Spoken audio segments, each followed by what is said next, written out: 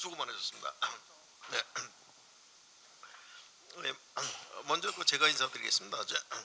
저는 이 기념사업회 상임이사 맡고 있는 이종구라고 합니다. 그럼 오늘 이 집담회 집담회를 갖다가 이제 시작하기 앞서 잠깐 설명을 드리면은 여태까지 기념사업회 사업이 주로 이제 김병곤님을 선배님에 관한 얘기 같은 걸 많이 하면서 이제 진행이 됐었는데, 이번에 평전을 갖다가 다시 좀 이제 이제 개작을 하는 작업이 진행되고 있기 때문에 여기에 기초 자료 수집 겸 또 이 박문숙님에 관한 기초적인 자료라든가 이 배경 관계를 갖다가 파악할 겸해 갖고서 박문숙님의 활동을 중심으로 그 집담회를 갖다가 조직했습니다. 그래서 벌써 많은 분들이 이제 여기 협력을 해주셨고요.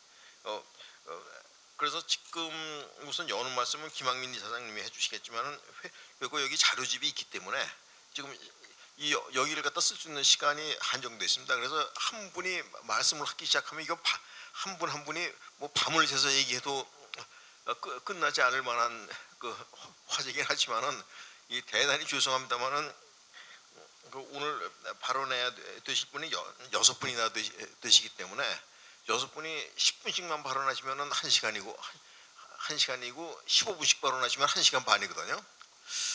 그래서 워낙 하고 싶은 말씀이라든가 뭐 사연이 이게 많으리라는 것은 제가 다 짐작을 합니다만은 가급적이면은 한 15분 이내로 압축하셔서 웬만한 일은 여기 자료로 비춰주는 자료라든가 배관 유인물에 있다고 말씀하시고 꼭 음성으로 직접 전달하시고 싶은 말씀 중심으로 좀 전해주셨으면 대단히 고맙겠습니다. 그럼 먼저 이 사업회 김학민 이사장님 오셨는데요.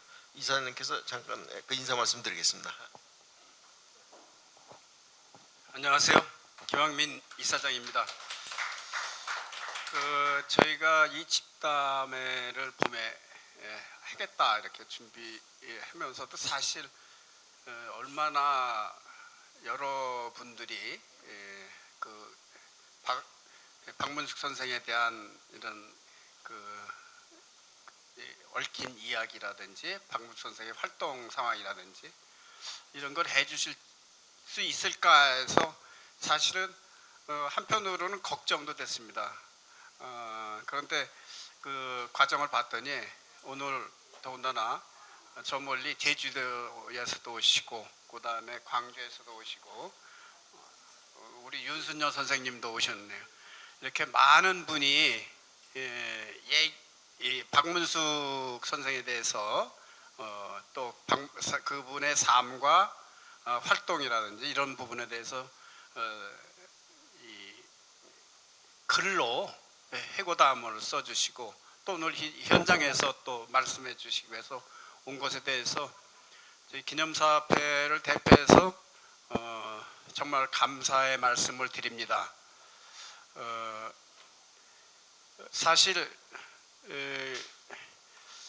우리 부부 가족 우리 민주화운동사에서 보면 그 부부가 같이 이렇게 활동하고 열심히 그 민주화운동의 여러 부분에서 역할을 한 부부들이 있습니다만 대부분 여성의 경우 그 남편의 어떤 보조적 존재로 이렇게 얘기가 많이 되고 그렇기 때문에 사실은 굉장히 잘 알면서도 개인 일은 인간적으로는 알면서도 그분이 무슨 일을 어떻게 했는지에 대해서는 잘 모르고 또 그렇게 크게 알려고도 안 했거든요. 저희도 마찬가지였습니다. 김병곤 기념사업회였죠. 근데 우리 상임이사께서 말씀하신 것처럼 이 박문숙이라는 분이 남편인 김병곤의 활동이라든지 여러 가지 이 사물 이렇게 보조해주고 또 옆에서 도와주고 했던 거를 떠나서 박문숙이라는 하나의 개체가 개인이 또 하셨던 부분들이 있습니다. 이제 우리는 그 부분을 좀 알고 싶고 그걸 정리하고 싶었던 겁니다. 아까 말씀했듯이 상임이사께서 말씀하셨듯이 우리가 그 이유 중에 그렇게 하고자 하는 이유 중에 하나는 평전을 김병곤 평전이 아니라 두 분의 평전으로 만들기 위해서는 우리가 몰랐던 박문숙의 여러 부분들을 좀 알고 싶고 그렇게 해서 이런 집담회가 시작이 됐습니다. 박문숙 선생이 돌아가신 지 10년이 됐죠. 저는 오늘이 육신이 돌아가신 거는 10년이지만 오늘이 진정으로 정신적으로나 모르면 박문숙 선생의 그런 정신적 생명이 다시 살아나는 게 아닌가, 이런 오늘이 그런 날이라고 생각을 합니다. 그래서 진정으로 박문숙 선생이 추구했던 바, 또 그 시절의 어려운 상황을 같이 넘어가면서 했던 활동 상황, 이런 것이 다시 복원됨으로써 진정으로 박문숙이 다시 살아나는 게 오늘이다.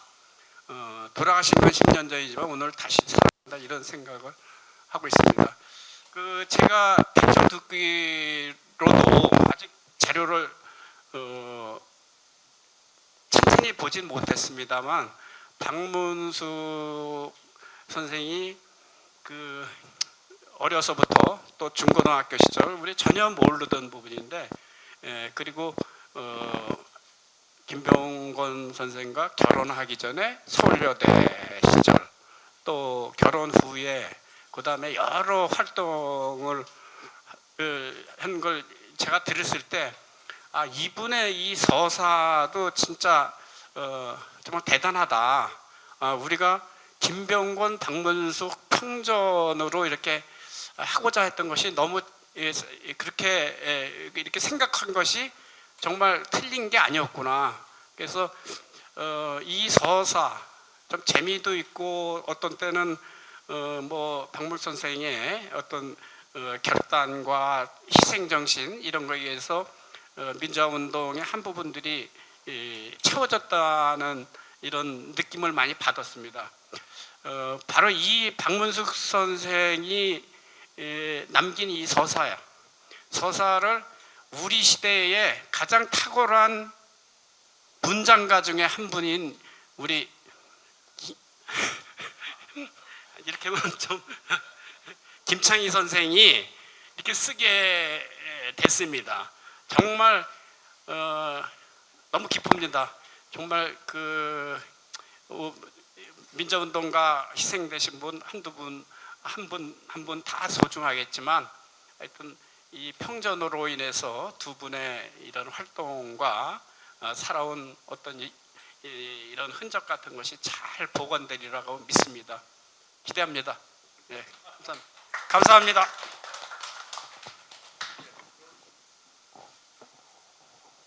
예, 감사합니다. 그러면 지금부터 이게 주로 이제 이 박문숙님에 관한 회고의 말씀을 갖다가 듣는 순서로 가겠습니다. 이게 말씀 순서는 그 자료에 있는 대로 권민성님, 이경원님, 현종철님, 그리고 박남식님, 조명자님, 그리고 이제 여기 따님이신 이제 김희진 이사님, 이런 순서로 진행이 되겠습니다만은 뭐 아까 말씀드린 대로 시간이 한정돼 있으니까는 가급적이면 자료를 갖다 많이 활용하시고 꼭 자료에 없는 얘기라든가 꼭 전달하고 싶은 말씀 위주로 좀 진행해 주셨으면 합니다. 그럼 먼저 그 스타트로 권민성 이사님께 부탁드리겠습니다.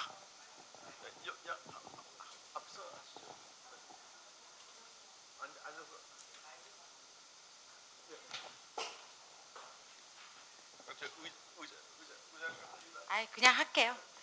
저는 그닥 딱히 더 드릴 말씀은 없는 것 같고요. 이 자료를 굉장히 잘 썼거든요, 제가. 앞으로도 더 그 대학 시절 얘기 더 나오면 김창희 저자님께 다시 더 추가 말씀 드리는 걸로 하고, 자료는 이거 읽어보시면 될 것 같아요.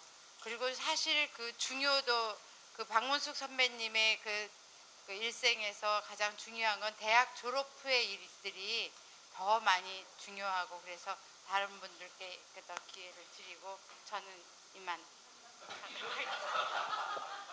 이 자료에 아니 그래도 자료에서 그래도 자료에서 제일 중요한 부분이 뭐다라는 거 한 말씀을 해주고 하셨죠. 이거 반대 놓치고 그러다 길어지는데 사실 저희가 학생 수도 적고 또 그 대학 시절이 70년대 초잖아요. 굉장히 힘들었던 시대였고 너무 오래된 너무 오래된 얘기고, 그래서 사실 내용, 그리고 또 그 당시는 기록이나 사진 같은 거 그런 거를 남겨놓는 게 힘들었고요. 지하 서클이라 그 녹수회라는 단체에서 활동했는데, 사실 언니와 저는 봄, 여름, 겨울 그 농촌 활동에 그 1년에 2번씩 그때 농촌 활동은 굉장히 그 무슨 극기 훈련 같은 그런 농촌 활동이었었고, 거기에서의 기억들인데 그런 건 여기다 조금 쓴 거 같고요.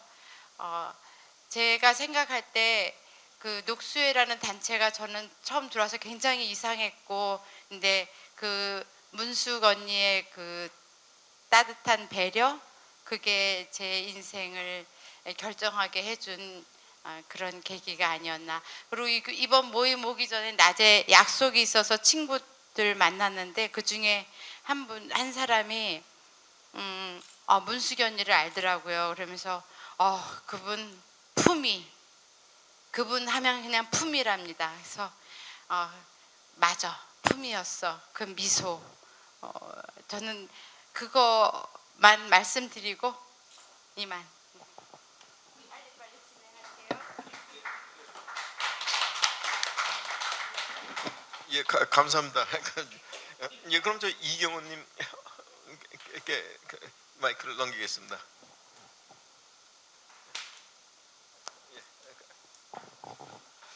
안녕하세요. 이경은입니다.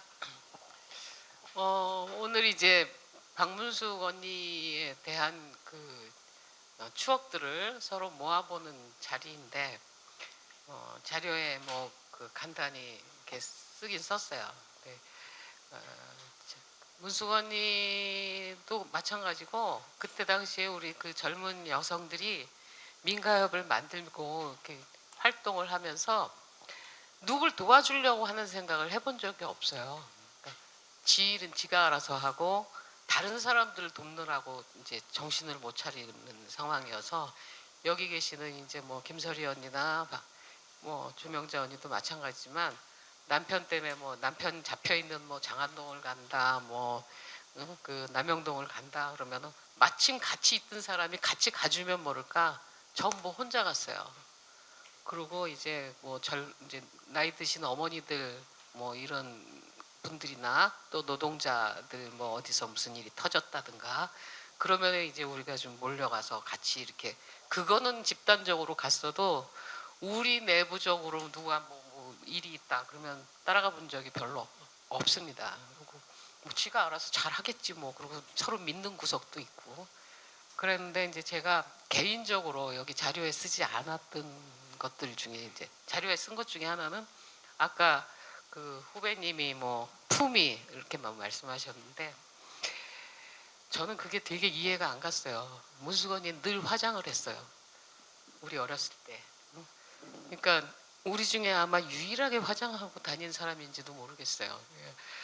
화장을 언제 하고 나오지? 막 이런 생각이 드는 거예요. 우리는 막 그냥 눈 뜨면 눈 비비고 세수하고 이빨 닦고 그냥 밥도 못 먹고 그냥 아무거나 주워 입고 막 튀어나가는데, 그 언니는 늘 화장을 했어요.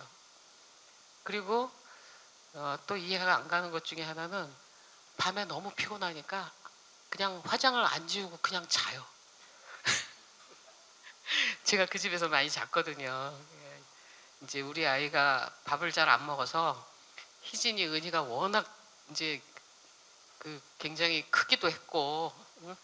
자기 나이에 비해서 한 두세 살은 많아 보였기 때문에 제가 우리 애가 좀 왜소했어요. 어렸을 때는. 그래서 걔를 좀 잘 먹여보려고 그 집에 이제 뭐 심심하면 들락거렸는데, 그때는 왜 화장을 왜 안 지우고 자지? 그런 생각을 했는데, 지금 생각해 보니까 너무 힘들었던 거예요. 하루 종일 일이 너무 많고 그냥 너무 바쁘니까 뭐 그래도 티를 안 내니까 잘 몰랐어요. 그러니까 예를 들어 우리끼리는 아이고 힘들어 죽겠다, 뭐 어디 가서 무슨 뭐 싸우느라고 뭐 그냥 막 아유 진이 나빠졌다 뭐 이런 소리를 해도 문수건이 그런 소리 별로 안 했어요. 그리고 또 제가 이제 우아하게 이혼을 했거든요. 근데 이제 언니네가 철산리 살 때예요. 철산리 그 주공 아파트에 살 때인데 내가 이혼을 해야겠다고 이제 그 집을 찾아갔어요. 어디 가서 얘기할 데가 없고 뭐 가까이, 그때 저는 이제 광명동 쪽에 살았거든요. 그래서 갔더니 언니는 뭐 그냥 그래도 후배가 왔다고 뭐 먹이려고 부엌에서 왔다 갔다 하고 있고, 그 다음에 이제 형은 누워 계시는데 형 보고 내가 아무래도 내가 이혼을 해야 될 것 같다. 그래서 못 살겠다. 그랬더니 형이 뭐라 그러셨냐면 경은아, 내가 지금 죽음을 상대로 싸우고 있다. 근데 니는 남편하고 싸웠다고 나한테 와가지고 지금 그걸 말이라고 하니 그런 거예요. 너무너무 미안했어요 그게. 그래갖고 이제 별로 이렇게 크게 혼내는 사람들도 아니고, 그래서 내가 진짜 미안한데 나는 못 살겠다고 뛰어왔는데 형은 살겠다고 이렇게 싸우고 있는 사람 앞에서 할 소리는 아니네 뭐 그런 생각이 들면서 그때 이혼을 안 했어요. 제가 나중에 했어요. 근데 이제 그 무렵에 또 그렇고 뭐 한동 살 때도 마찬가지고 문수건이 절대 끼어드는 법이 없어요. 그러니까 이제 병건이 형하고 후배하고 뭐 예를 들어 얘기를 하고 있다 그러면은 야 너는 시답잖은 소리 하지 말고 밥이나 먹으라든가, 뭐 우리끼리 충분히 그럴 수 있는 사이인데 절대 끼어들지 않아요. 내가 무슨 얘기를 해도 끼어들지 않고 형이 나한테 무슨 얘기를 해도 그냥 둘이 얘기하게 두는 거예요. 그리고 또 이제 그 철산리보다 더 먼저 그 망원동일 것 같아요. 내 기억에 망원동인지 합정동에서 조금 망원동 쪽으로 가는 그 골목길에 그 한살림 그 매장을 했었잖아요. 언니가 망원동이지 거기가. 그러는데 뭐 쌀이고 뭐고 그 무거운 거 뭐 이렇게 들고 그러는데 거기가 나는 굉장히 좋았어요. 왜 좋았냐면은 겨울에 특히 그 전방이라고 그러나 이렇게 온돌이 있었어요. 가게 그 지키는 거기에 거기 앉아 있으면 이렇게 따끈따끈하고 좋아서 거길 자주 갔는데 한 번도 너 그만 가라 소리를 해본 적이 없어요. 근데 내가 아마 굉장히 귀찮은 후배 중에 하나였을 거예요. 그러니까 언니들이 다 거의 비슷한 또래고 저만 뚝 떨어져서 한 3, 4살, 4, 5살 아래였기 때문에 저는 눈치 볼 일이 하나도 없었고, 그래서 눈치를 보지 않고 그냥 뭐 전부 이 언니는 이 언니, 저 언니는 저 언니 막 이렇게 그랬던 것 같아요. 생각해 보면 그 고운 사람이고, 그리고 이제 병건이 형 수발을 굉장히 많이 들었는데 여기도 잠깐 썼는데 마석에서 이제 마석에서 이제 그 장례를 끝내고 돌아오는 길에 제가 김동환 목사님하고 같은 차를 타게 됐어요. 근데 김동환 목사님 너무 걱정을 하시는 거예요. 박문숙이는 너무 연료 아니냐 나보고 하는 말씀이, 그렇게 연료로 소문나면 거기에는 그렇게 안 썼는데 걔는 시집도 못 간다 앞으로. 어떻게 지가 시집 가려고 마음을 먹어도 주변에서 너는 열려졌니 하고 말릴 거 아니냐. 그래서 걔는 이제 어떻게 하면 좋니, 인생이 앞으로 구말린데, 응? 그때 30대였잖아요. 인생이 구말린데 저걸 어쩌면 좋으냐, 저 연료를 너무 열심히 했어 막 그러면서 그러시는데 그게 이제 안타까워서, 그러니까 이제 그 언니가 뭐 시집 못 갈까봐 농담한 게 아니고 그렇게 연려를 갖기가 참 쉽지 않다. 우리 주변에도 그런 연려는 없다. 그리고 병수발을 저렇게 열심히 하는 사람이 있을 수 있겠느냐 이런 말씀을 하신 거예요. 그래서 그분도 이제 돌아가셨지만 그래서 이제 제가 생각해 보면 저보다는 사실은 여기 앉아 있는 이 두 분이 더 훨씬 그 같이 오래 살고 그 공동타가도 같이 하고 그렇기 때문에 저보다 할 얘기가 많으신데 그 민가협 활동 때 기억이 잘 안 나신다는 거예요. 근데 민가협 활동할 때 가장 치열했던 건 어쨌든 언니가 그 춘천교도소에서 어마어마하게 싸웠던 건데 정말 미안하게도 저는 춘천교도소 앞에 같이 가서 싸워줄 생각을 해본 적이 없어요. 그 요청도 하지도 않고 자기가 알아서 강원도 내에서 그 전혀 그 자기하고 인간관계가 있는 것도 아닌데 거기서 조직하고 투쟁하고 농성하고 그랬던 걸 생각하면 참 그 조용한 사람이 뚝심 있고 그랬던 것 같아요. 그리고 우리들 중에서 사실은 구속학생 학부모 협의회 어른들이 참 그 좀 우리 힘들게 했거든요. 뭐 예를 들어 뭐 학생회장 엄마는 학생회장이고 뭐 그 무슨 뭐 약간의 서열을 만들고 싶어 하시고 뭐 좀 그러셨는데 그랬는데 문숙 언니가 김민석 엄마를 담당했어요. 김민석 어머니 김민석 학생의 어머니가 보통 사람이 아니었어요. 네. 그 사람이 그리고 또 이제 또 사회 활동도 하고 뭐 이렇게 직업도 갖고 계시고 뭐 그랬던 분이어서 만약에 제가 담당했으면 저는 말렸을 것 같아요.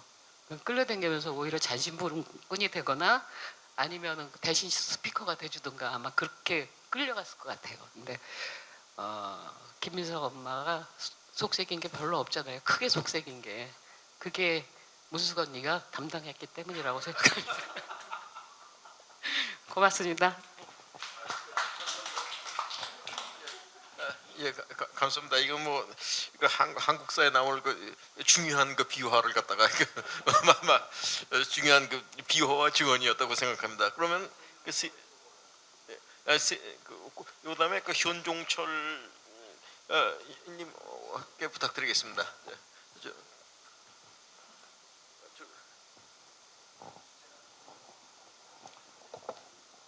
예, 안녕하십니까. 현종철입니다. 저 민자운동 기념사업회에서 근무를 했었고요.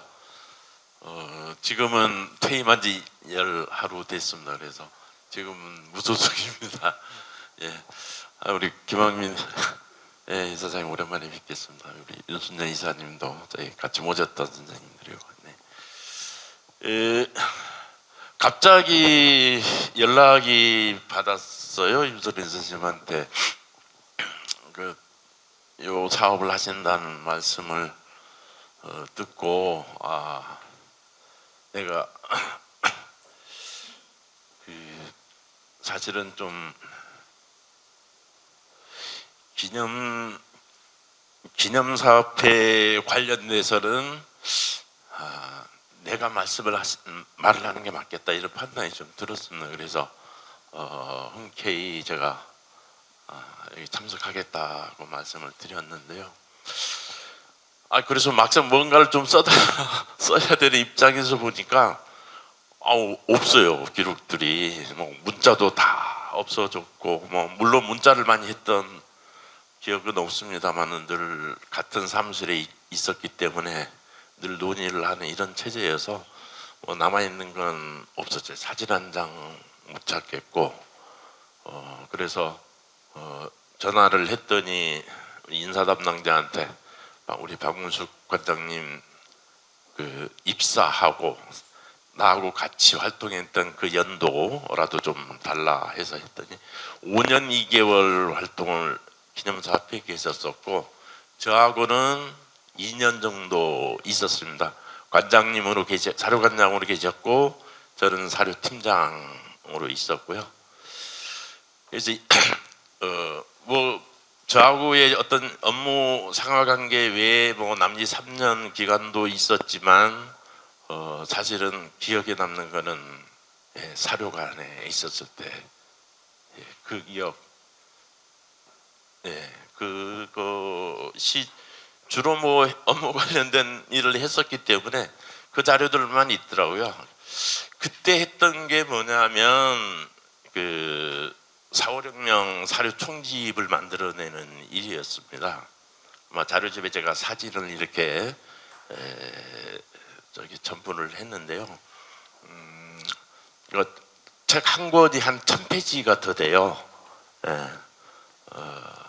그리고 사진집도 거기 있고 그래서 8권에서 전체 한 10,000페이지 가까이 되는 사료집, 일지, 사진. 사실상 4월 혁명, 우리 민주화운동의 어떤 시각에서는 뭐 다른 시각들이 많이 있습니다만 어쨌든 헌법과 법률구조, 민주화운동의 어떤 보상적 관점이나 이런 게 봤을 때 가장 상징적이고 뭐 어떤 분은 뭐 시작이라고 얘기하는 4월 혁명에 대한 이 역사적이라는 것들을 필요성이 대두가 됐었고 그런데 막상 현실에 그 사전 조사를 해봤더니 이 4월 혁명과 관련된 뭐 사료 기록, 원 기록이나 이런 부분들은 여기 지금 김학민사에서 나왔던 4월 혁명 자료집 등 일도 그렇게 많지가 않았어요. 그래서 한 3년 정도 저희가 2년의 준비, 그다음에 1년의 집중력 가지고 그 작업을 했습니다. 그때 저희 권장님으로 박문숙님이 오신 거죠. 근데 이게 처음 하는 일이라 조직들을 꾸리는데 발간위원회 있고 편집위원회 있고 또 실무연구위원회 있고 이렇게 구성을 해갔는데 이게 굉장히 오래되니까 너무 힘들고 실무진들이 해야 될 일, 그 다음에 뭐 이사장님이나 뭐 이기택 발간위원장님들이 해야 될 일, 그 다음에 학계에 대표적으로 있는 편집위원들이 해야 될 일, 그 다음에 연구팀이 해야 될 일, 이게 굉장히 많았어요. 정말 진짜 많았고 그 일들 하나하나를 사료관에서 전부 다 처리를 해야 되는 입장이기 때문에 굉장히 많이 힘들었던 기억이 납니다. 결과는 좋아서 너무 좋아서 의미는 있다 했는데 그때 그 박 관장님이 너무 애써 주셨습니다. 예를 들면 뭐 발간위원회 구성이라든가 뭐 제가 하나 쓰긴 했지만 발간위원회를 구성을 해야 되는데 진보 보수를 아울러서 그 당시에 정치, 학계, 언론계 등 다 망라한 대표적인 분들을 50인으로 구성을 했었거든요. 그래서 뭐 사례 하나를 제가 썼는데 4.19 기념식에 국가기념식에 가서 국회의장을 현장에서 만나는 이런 순발력과 어떤 열정을 할 정도로 굉장히 애를 쓰셨고 저희가 사료 총집 만드는 거 외에 구술 작업도 했었거든요. 100인 한 200시간 정도 했어요. 유명 인사 중심이 아니라 정말 4.19 때 중학교, 고등학교 학생으로서 참여했던 그런 분들을 전국 곳곳을 찾아다니면서 구술을 했는데 박 관장님이 그 시골까지도 가셔서 그분들하고 인사하고 하는 이런 것들을 전혀 마다하지 않았어요. 사실 실무진들이 해야 될 부분들인데 박 관장님 그렇게 마다하지 않으셨던 것 이런 것들이 굉장히 강하게 기억에 남았고요. 뭐 죄송했어요. 사실은 퇴임하는 것도 사실 잘 몰랐고 그래서 뭐 퇴임식도 못 해드렸어요. 나중에 후회를 많이 했고요. 또 죄송한 마음 이 자리에서 말씀드리고 싶네요. 마지막으로 내가 지금 오면서 꼭 하고 싶은 마지막 한마디는 박 관장님은 김병곤의 아내도 누구의 엄마도 아닌 그냥 박문숙이다. 박문숙으로서의 활동을 한 것. 그리고 늘 웃는 모습으로 자기가한테 주어진 일을 해오신 분이다라는 것이 제가 하고 싶은 얘기였어요. 오늘 이렇게 멋집니다. 예, 감사합니다. 뭐 전 선생님 말씀 들어보니까는 여기 기념사 앞에서도 전혀 생각하지도 못했던 사안에 대해서 그 많은 힌트를 갖다가 주신 것 같습니다. 다시 한번 감사드립니다. 그리고 세 번째로는 박남cik님께 좀 부탁드리겠습니다. 지금 네, 반갑습니다. 저는 학교 뭐 그것도 아니고 또 다른 어떤 단체 그것도 아니면서 여기 서게 된 거는 제가 긴급조치 1호 피해자 가족이었기 때문에 일주일 전에 7.4 그 무교기도회 50주년 기념행사를 한다 해서 저는 참석을 했거든요. 하면서 그때부터 제 인생이 방향이 확 바뀌어가지고 한국에서 어떤 민주화의 어떤 큰 흐름의 어떤 거리거리마다 발자국을 잊지 않은 데가 없이 왔기 때문에 박문숙 동지를 만났습니다. 여러분들이 그냥 박문숙 선생이라 하기도 하고 언니라 하기도 하고 또 뭐 그렇게 말씀을 호칭을 그래 하는데 저는 박문숙 선생을 단연코 민주화 과정에서 함께 했던 동지의 입장에서 박문숙 동지라고 그렇게 그랬어도 호칭을 했습니다. 단순히 그냥 거목 같은 그 김병곤 동지의 아내로서 조력자로서 보조 역할자로서의 역할이 아니라 스스로 그냥 자기가 선택하고 자임했던 그러한 역할들을 굳건히 그냥 해왔기 때문에 당연히 박문숙 동지라고 이렇게 호칭해야 된다는 생각을 갖고 있습니다. 이 자료집을 보니까 제가 제일 많이 쓴 것 같아요. 저는 두 차례의 그 박문숙 동지를 만난 계기가 있었거든요. 첫 번째는 녹수의 중심으로 이제 이렇게 하면서 그 시골에서 학교 교편 생활에서 올라와가지고 결혼도 하고 애도 두고 이런 상태에서 자기가 뭘 해야 될지 모르니까 뭔가를 해야 되겠다고 잡은 것이 아까 한살림이라고 얘기했는데 생활협동조합이었습니다.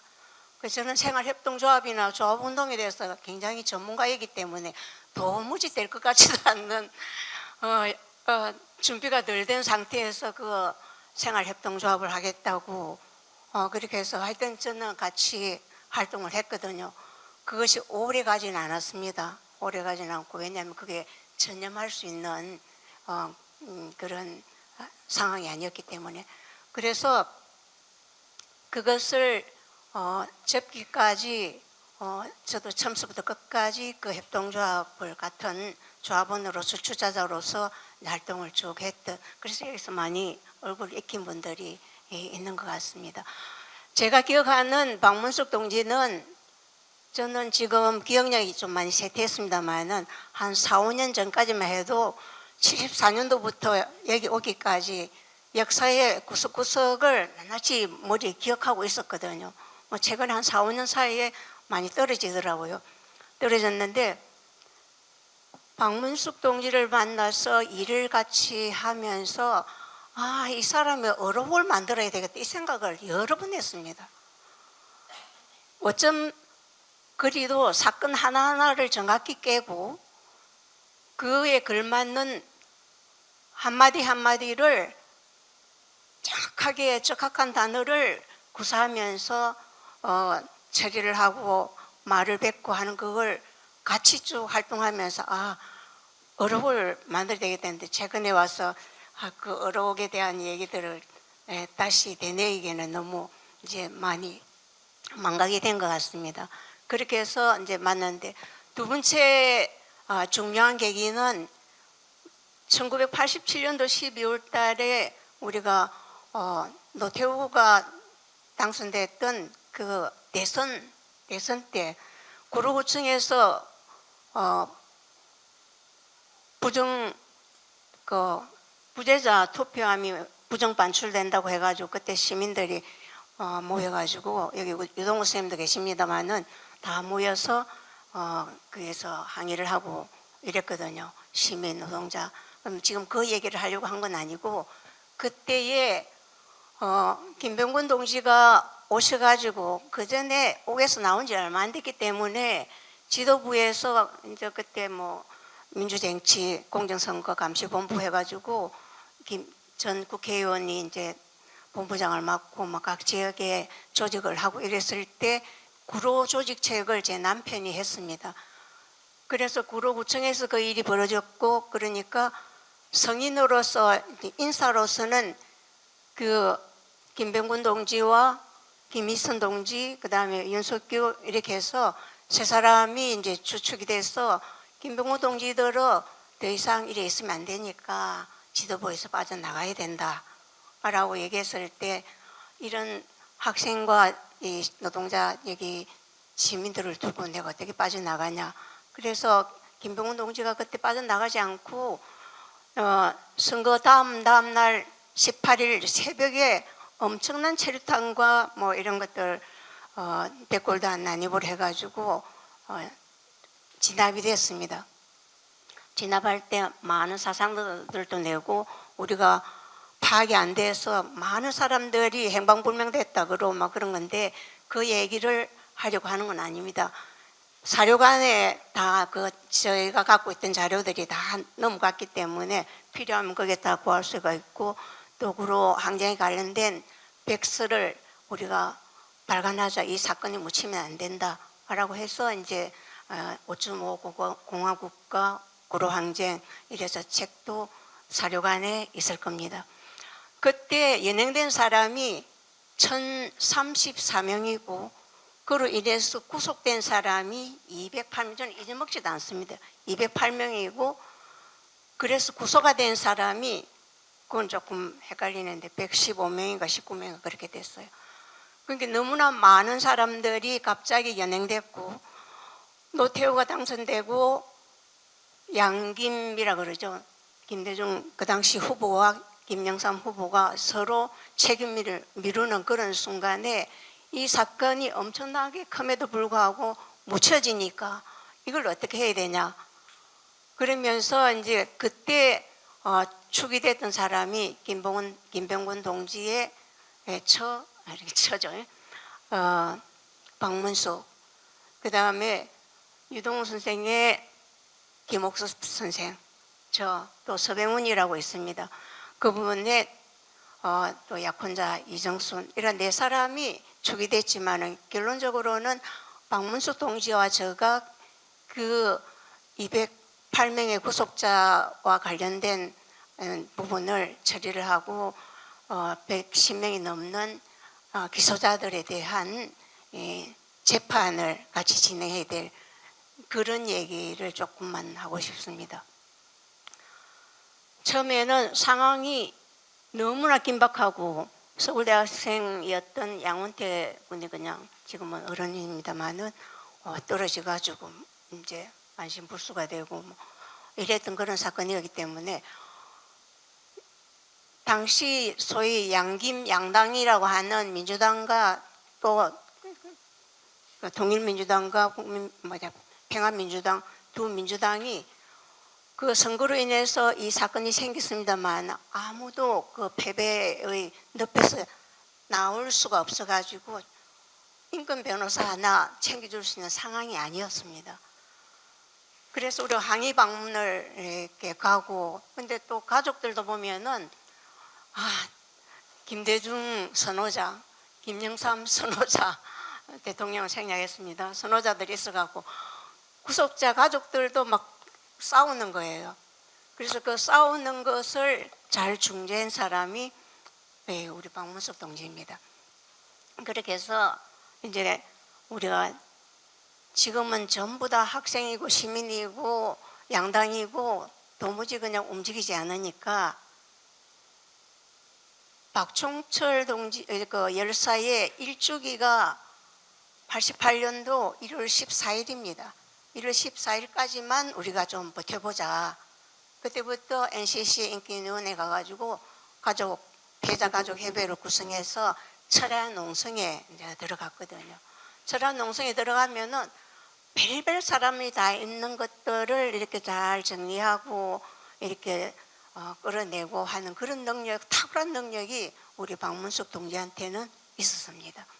그래서 거기에서 이제 철야 농성을 하면서 박종철 동지의 일주기가 지나면은 적어도 학생들이 움직일 것이다.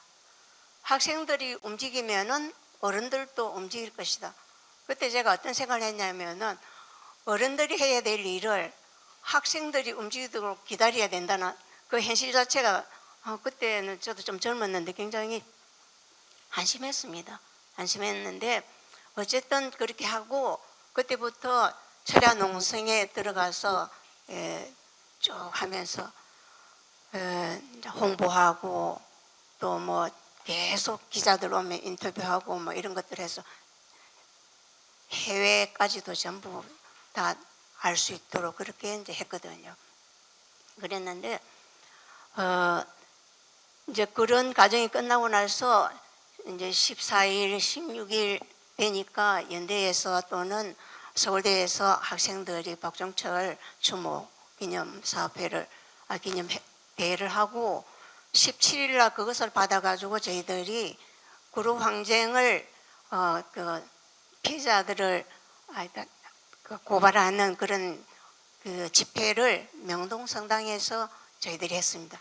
그러면서 각 단체들이 같이 다 공동으로 그 일을 처리할 수 있도록 단체가 형성이 되고 이랬거든요. 그래서 이제 그때부터 이제 그 일들이 끝나고 그 전체적인 단체가 움직이고 시민들이 움직이고 우리가 그 인사들이 움직이는 것까지 하고 저희들은 이제 학생들 특히 이제 그 끌려가서 기소됐던 사람들이 주로 학생들이었습니다. 시민은 몇 안 되고 학생들이었는데 학생 중에서도 노동자로 그 학생이 위장해서 이제 그 했던 그런 거라서 조건들이 별로 안 좋은 상태의 학생들도 많이 있었습니다. 그래 양쪽 당에 가가지고 지원을 요청하는데 뭐 그 할 만한 그런 사람들이 없기 때문에 어떻게 하면은 이 몇십 명이나 되는 사람들을 재판 지원을 할 수 있을까? 그래서 청년 변호사들 모임이 있어가지고 지금은 민변의로 있고 민변의 주역이 됐습니다. 그분들이 있는 곳을 찾아가가지고 이 변론을 좀 해달라고 부탁을 했더니까 그 중에 한 분이 이제 국회의원들 하셨던 천정배 변호사입니다. 그분이 하시는 말씀이 선생님 우리들은 민주화 민자도 모릅니다. 그렇지만은 최선을 다해서 변론을 해보겠습니다. 그래서 그때부터 한 8, 9명 되는 그 저희 민변의 초기 주역들이 그 변론들을 다 맡아서 그럼 그것을 누구가 어떻게 맡을 것인지 이것도 이제 뭐 민변에서 했겠지만은 저희들은 그 구속자들의 가족들이 지방에서도 오고 서울에서도 오고 이래 오면서 항상 자기 이 아들 딸들이 어떻게 이제 지원을 받는지 이런 것들에 대한 것들을 저희들이 박문숙 동지와 제가 다 안내를 해줘야 됩니다. 지방에서 올라오는 사람 밤차 타고 와가지고 저희 집에서 그냥 자고 그 다음에 재판에 가고 뭐 이런 것들을 했던 기억들이 나고 나중에는 이제 저한테 전화 오기를 박남식 변호사 사무실입니까? 이렇게 전화가 오는 거예요. 예, 그래서 저도 이제 변호사라고 한번 불러와 주세요. 그래서 그렇게 이제 올 정도로 어쨌든 그해 88년도 이제 부터 시작해 5월 변론 재판이 다 끝날 때까지 저희들이 그렇게 배치를 하고 해서 잘 그 재판이 끝났습니다. 그리고 또 하나 기억나는 것은 재판을 하기 위해서 자기 남편이나 저희 남편이나 자기 가족 남편에 대해서는 뭐 별로 신경도 안 쓰고 그거는 다 이제 가니까 학생들을 이제 재판하는데 다 가야 되거든요.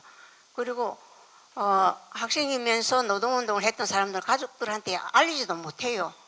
막 가족들한테도 이제 문제가 되니 그래서 저희들이 가서 옥바라지를 다 하고 이렇게 하는데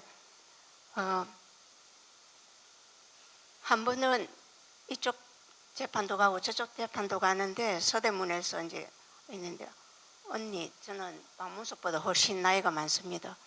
언니 여기 어디 죽집 있나 한번 찾아보자고. 근데 점심도 제대로 못 먹고 늦은 점심도 아니고 이런 저녁이 좀 됐는데 그래서 나는 그때 사실은 돈을 주고 죽을 사 먹는다는 것은 상상할 수가 없었거든요.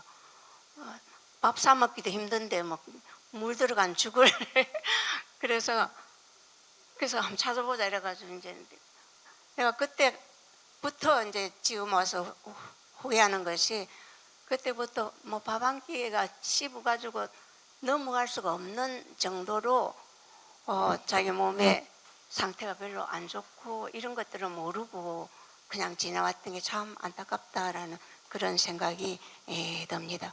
그래서 구로구청 사건을 통해 가지고 어쨌든 저는 우리가 적어도 그냥 박종철까지 끌고 가보자라고 하는 그 말 그 자체에서도 내가 너무 감동을 받았고 모든 일을 이 박문숙 동지는 어떻게 사느냐에 대한 기본적인 어떤 물음을 함께하는 그런 동지였습니다. 그 속에는 신이라는 이 말 이것이 굉장히 중요하게 작용해서 나는 박문숙 동지를 생각하면은 신이 그렇기 때문에 활동을 그렇게 같이 오래 하지 않았는가. 그리고 중간에 이제 뭐 국회의원 아니다 도의원에 경기도의원에 비례대표로 갔을 때에도 그때는 하나갑 씨가 있는 꼬마 민주당이고 뭐 민주당에서 있다가 이것이 해체가 돼갖고 이합 집산하는 과정에서 한나라당으로 가게 되니까 딱 그냥 경기도 의원 비례대표를 딱 그만 내가 저 사람 이름 밑에서 일을 할 수 없다. 정확하게 자기의 견해를 밝히는 그런 동지였습니다. 제가 그 기억하면서 참 신이 어리 이런 것들을 생각하고 단순히 그냥 김병근 동지의 어떤 조력자, 보조자, 누구의 어머니가 아니고 박문숙 동지로서 자기의 일을 했다. 끝날 때 다 됐습니다. 자꾸 쳐다보시는데. 그 다음에 하여튼 그렇게 다 했다고 이렇게 생각이 들고 자세한 것들은 자료집에 넣어놨으니까 여기까지 하도록 하겠습니다. 감사합니다. 예, 아주 감사합니다. 그럼 그 다음에는 그 민청년 동지회 회원이라고 되시는데요. 그 조명자님 오셨죠? 네. 예. 그래서 이렇게 좀 말씀 부탁드리겠습니다. 네, 간단하게 말씀을 드리겠습니다. 문숙이하고 84년에 만나서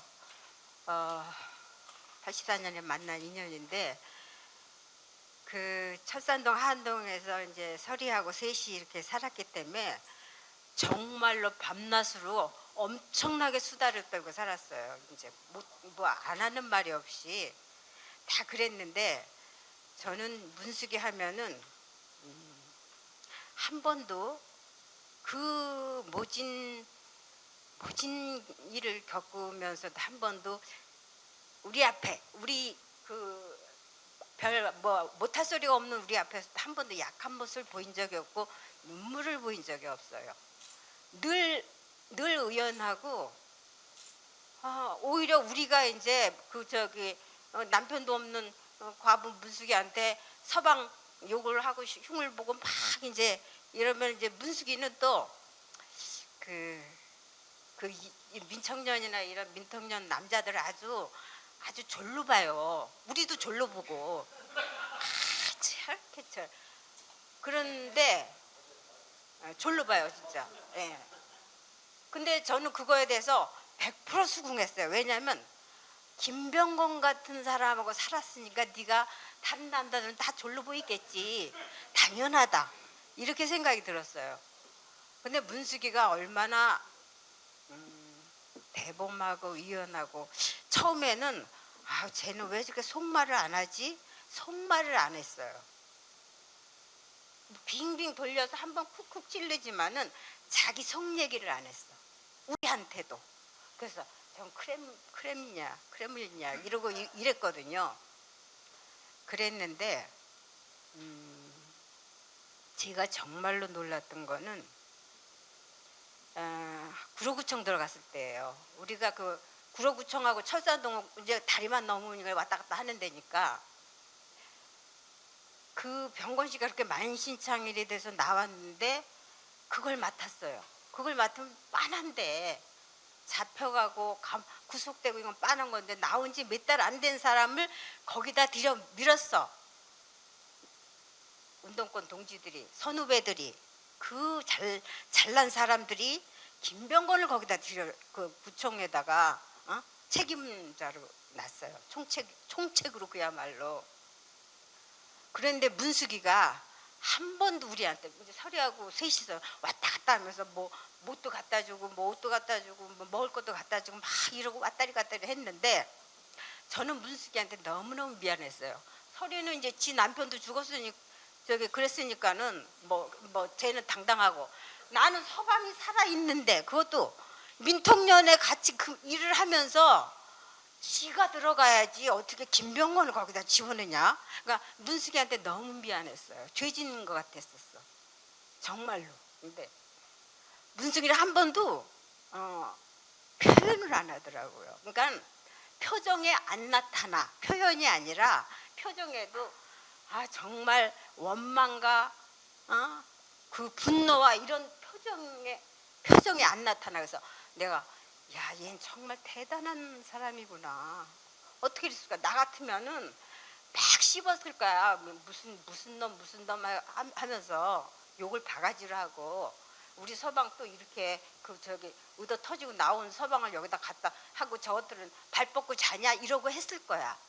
근데 문숙이는 안 그랬어요. 그래갖고 병건 씨가 그 구속되고 나서 내가 남이 서방을 잡을 수 없고 우리 서방한테 가서 네가 거기를 들어갔어야지. 어떻게 김병건을 거기다 앉혀놓냐. 그리고 난리를 쳐버렸어요. 내가 우리 남편한테 참 나쁜 놈들이다 니네. 김희택이 갔어야지.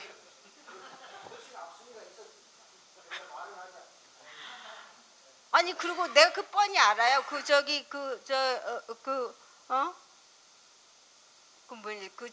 병건 씨가 어떤 입장이었는지. 비지와 후단과 이렇게 난리를 친 민통년대 쌈박질하고 지랄할 때 병건 씨는 아니었어. 비지 아니었는데 그거에 대해서 결정을 따랐어. 이 사람은 자기 의견을 사귀고 그러고서 그 김병건한테 거기를 맡긴 거야. 그래서 결국 병건 씨가 죽게 되고 그거를 나는 우리 남편과 그 잘난 동지들을 정말 이것들은 참 나쁜 인간들이다. 비겁한 인간들이다. 이런 생각을 했었어요. 그리고 그 문숙이에 대해서 제가 제일 높이 샀던 거는 문숙이가 가진 역량이에요. 나는 여성 정치인으로 문숙이만큼 잘할 수 있는 사람 흔치 않다고 봤어요. 그 역량을. 문숙이는 굉장히 부지런해. 그리고 돌파력이 있어. 다 해내. 자기한테 딱 닥친 거는 어떤 거든지 해결을 해. 거기다가 그 정무 감각이 있어요. 상황 판단을 딱 해. 뭐부터 해야 되는지. 그런 게 아주 뛰어났어요. 문숙이는. 그래서 쟤는 정치를 하면 참 좋겠다. 우리가 그 많이 들어갔잖아요 정치. 그런데 문숙이가 제일 안타까워하는 게 희택이 형은 뭐 하고 있는 거야 이러고 나한테 그랬어요. 왜 가만히 있어? 그래서 내가 문숙이한테 야, 그 운동한 그 무천으로 막 들어가서 자리 차지하고 이런 건 나는 우리는 그런 깜냥이 안 된다. 우리 남편은 그랬더니 저런 것들도 장관을 하는데 이러더라고. 그래서 아니, 저런 것들은 장관을 해도 김희택은 못한다 그랬어. 그랬더니 문숙이가 그냥 아주 답답했어 우리를. 저러고 그냥 저 박혀 있다고 그랬는데 문숙이는 꿈이 있었어요. 문숙이가 제일 내가 그 평생 문숙이를 보면서 제일 신나하고 제일 활동적이고 제일 보람을 느꼈을 때는 경기도의원 할 때였어요. 정말 맞더라고 그게. 잘하더라고. 그리고 얘는 이제 비례로 들어가고 싶었어. 민주당. 애를 썼어요. 그럼 나 이제 그 부분을 저하고 의논을 했어요. 근데 민주당이 어떤 데입니까? 그 줄 없으면 안 되거든. 그럼 문숙이를 밀어줄 세력이 없었어. 문숙이 챙겨주는 세력이 없었어. 도저히 어떻게 해볼 도리가 없었어요. 문숙이 정말 잘할 수 있는 애인데 없었어. 이제 그래서 문숙이한테 야 여기는 도저히 안 된다. 이거 비례는 특히 여자들 빤한데 여성 단체에서 다 그 해먹고 안 온다. 이건 불가하다. 그래서 처음에 제가 96년도에 저기 김희택이 공천 저 신청했다 물 먹고 내가 이제 암 수술하고 완전히 그냥 그 앞이 막막해 갖고 이제 그 낙향을 했는데 광주로 이사를 갔는데 하는 문숙이가 가기 전에 나를 데리고 언니 만나자고 하더니 인사동을 데리고 가더라고요. 그러더니 정말 얘는 정말 섬세하구나. 이렇게 사람을 챙기는 게 참 섬세하구나 하는 게 느낀 게 이제 거기에 그 진짜 폐가 망신해갖고 아주 그냥 추체해갖고 이제 고향을 가니까 문숙이가 속이 상했어. 우리가 그렇게 내려가니까. 그 민사동에 가서 무지막지하게 비싼 이나경 씨인가 그 사람이 하는 그 천연염색 그 옷가게가 있었어요. 거기서 나를 옷을 맞춰주더라고. 굉장히 비쌌어 그 옷이. 그거를 한 벌을 맞춰주면서 나한테 당발 언니 광주 가서 화장을 무슨 하래. 화장하고 옷을 챙겨 입고 초라하게 다니질 말래. 그리고 옷을 이렇게 해주더라고. 그러고 나서 담양에 살 때 전화가 왔어요. 그 건강검진을 했더니 유방암 이제 뭐가 가슴에 있어갖고 봤는데 아직은 암이 아니래 지켜봐야 된대 이렇게 얘기를 하더라고요. 그래서 내가 그런 사람이 많거든요. 그래서 문수가 꼭 정기검진 매년 그 확인을 해라. 그럼 추적 검사를 해라. 이렇게 하고 몇 번 물어보니까 괜찮대. 그래서 괜찮은 줄 알았어. 그러니까 지금 그 문숙이를 생각하면은 꿈도 많고 하고 싶은 것도 많고 역량과 기량이 참 뛰어난 애였는데 하나도 펼치지 못하고 갔구나 하는 그런 가슴이 아파요.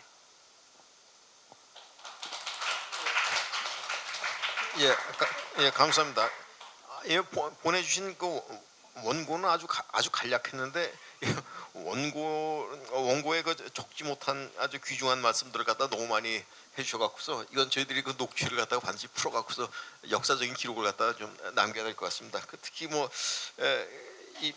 그 고인의 그 내면적인 그 속마음에 관한 말씀을 갖다가 그 많이 해주셔갖고서 우리 그 집필하는 우리 김창희 선생이 굉장히 쓸거리가 많이 생길 것 같습니다. 많이 생길 것 같습니다. 그리고 여기 특히 민기사에 관한 얘기 같은 것은 그 운동권에서 정말 바깥 입 바깥으로 내지 않는 일종의 그 뭐라고 할까 이제 지금 묵계 같은 이제 뭐 비밀 같은 거 비밀이라고 해야 되나 뭐 해야 되나 저 서로 불편한 진실 같은 것이 있는데 이걸 공개된 자리에서 이거 말씀해 주시니까는 이거 역시 그 대단하시다 그런 생각이 들 수밖에 없습니다. 그럼 일단 여기 그리고 또 그 자료집에 이렇게 글을 실으셨지만 오늘 참석하지 못하신 분도 여러 분 계십니다만은 일단 우리 따님 되시는 김희진 씨 한번 발언 좀 부탁드리겠습니다.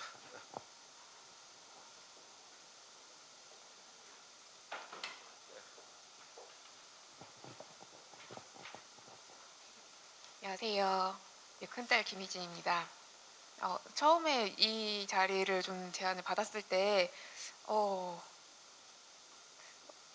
뭐 어머니가 밖에서 어떻게 활동을 하시든 저랑은 매일 집에서 얼굴 마주치면 싸우고 그러는 그냥 평범한 엄마랑 딸을 사이인데 어머니로서의 박문숙을 어떻게 얘기를 해야 될까라고 좀 고민을 많이 해봤는데 그냥 어떤 뭔가 에피소드라기보다는 그냥 좀 생각나는 대로 좀 적어봤습니다. 그래서 처음에 생각이 난 건 저희가 어렸을 때부터 이제 엄마가 집에 없다 보니까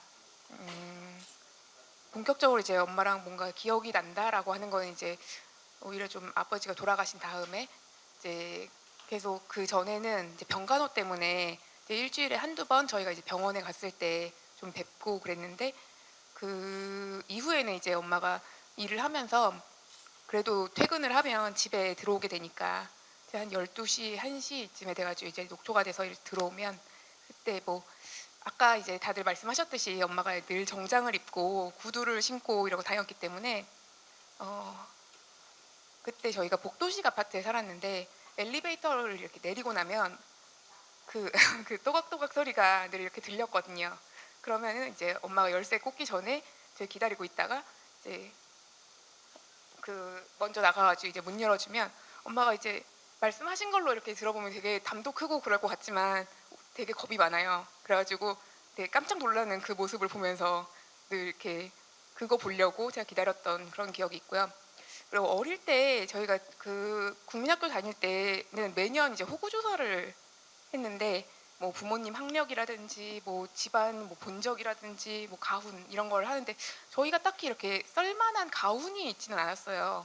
그래가지고 그냥 뭐 가와만 서성 같은 거 이런 거 쓰면 되지 않을까? 그래서 뭐 제일 흔하지만 그 뜻은 좋으니까 그랬는데 엄마가 거기 이제 자기 팔은 자기가 흔들자 이런 걸 쓰라는 거예요. 그래서 이게 무슨 뜻이야 그랬더니 자기가 할 일은 자기가 해야 된다. 자기 팔을 남이 흔들어줄 순 없다.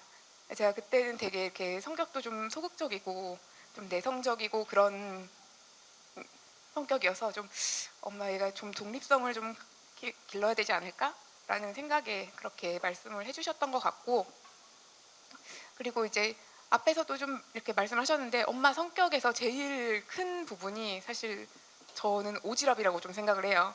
이제 주변 사람들 챙기는 것도 그렇고 저희 사촌 언니랑 저도 이제 좀 우스갯소리로 이제 엄마 오지랖이 진짜 조선 팔도를 덮겠다라고 얘기를 했는데 정말 뭐 우리나라 어디를 가든 다 아는 사람들이 있고 어디를 가도 뭐 사람 만나고 온다고 잠깐 여기 기다려 그러고는 한 2-3시간 저는 방치돼 있고 뭐 이런 일도 되게 많았고 그랬는데 이제 뭐 주변 사람들 이렇게 챙기고 그러는 것들을 보면 저렇게 챙길 때 좀 나도 좀 챙겨주지 이런 생각도 좀 많이 했었고 그랬었는데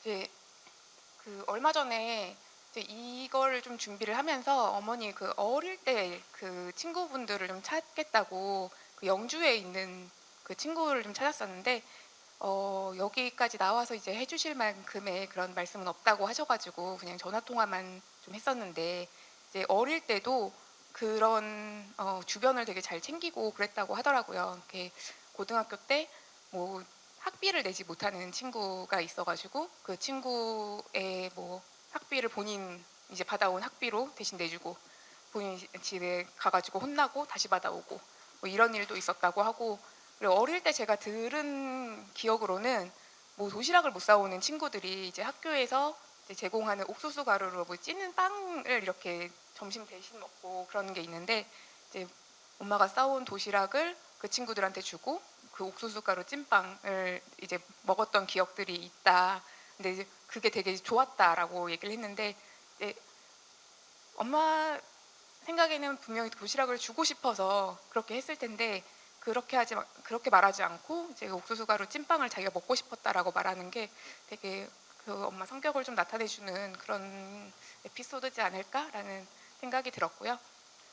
그리고 또 엄마가 되게 배우는 거를 되게 좋아했어요. 뭔가 이제 저희 학교 다닐 때도 대학원에서 이제 사회복지학을 공부했고, 그다음 약용식물로 효소 만드는 거, 뭐 사찰 음식 만드는 거 이런 거 계속 끊임없이 배우러 다녔고, 또 뭘 저렇게 제 생각엔 그때 이제 나이 들어가지고 뭘 저렇게 계속 배우나. 지금 저는 그때 이제 학교 다니고 그럴 때니까 나 진짜 난 학교 졸업하면 아무것도 하지 않을 건데, 아무 공부도 하지 않을 건데라고 생각했는데, 그때 엄마가 이제 이런 것들을 다 배워서 나중에 이제 나이 들면 이제 사람들하고 모여가지고 무슨 공동체 마을 같은 거를 만들고 싶다고 그렇게 되게 신나게 말했던 그런 기억이 있습니다. 그래서 엄마를 보면서 이렇게 저도 좀 끊임없이 뭔가를 배우고 계속해서 뭔가 발전시켜야겠다라는 그런 원동력, 그런 게 좀 됐던 것도 같고요. 그래서 이제 저도 이제 나이가 40이 넘었고 그러다 보니까 엄마가 이제 살았던, 그리고 제가 듣기로 이런 그 나이 때에 어떤 일들이 있었던 그 나이 때를 저도 이제 지나가고 있으면서 이럴 때 엄마는 이렇게 했었다던데, 아니면 이렇게 했겠지라는 생각을 하면서 좀 진짜 아무 일이 없는 나도 이렇게 힘든데 어떻게 이렇게 우는 소리 한 번 없이 버틸 수 있었을까, 이런 생각을 좀 하면서 이렇게 하게 되더라고요. 그리고 솔직히 어떤 얘기를 좀 해야지 이 자리에 맞을까 좀 고민을 좀 하면서 좀 했는데, 좀 중구난방으로 말씀드리게 된 것 같아서 네. 그래서 오늘도 이렇게 뭐 여러 번 들었던 얘기들도 있고, 오늘 정말 이 자리에서 처음 들었던 얘기들도 있는데, 이렇게 정식 자리가 아니더라도 좀 제가 모르는 엄마에 대해서 좀 듣는 기회들이 좀 있었으면 좋겠습니다. 감사합니다.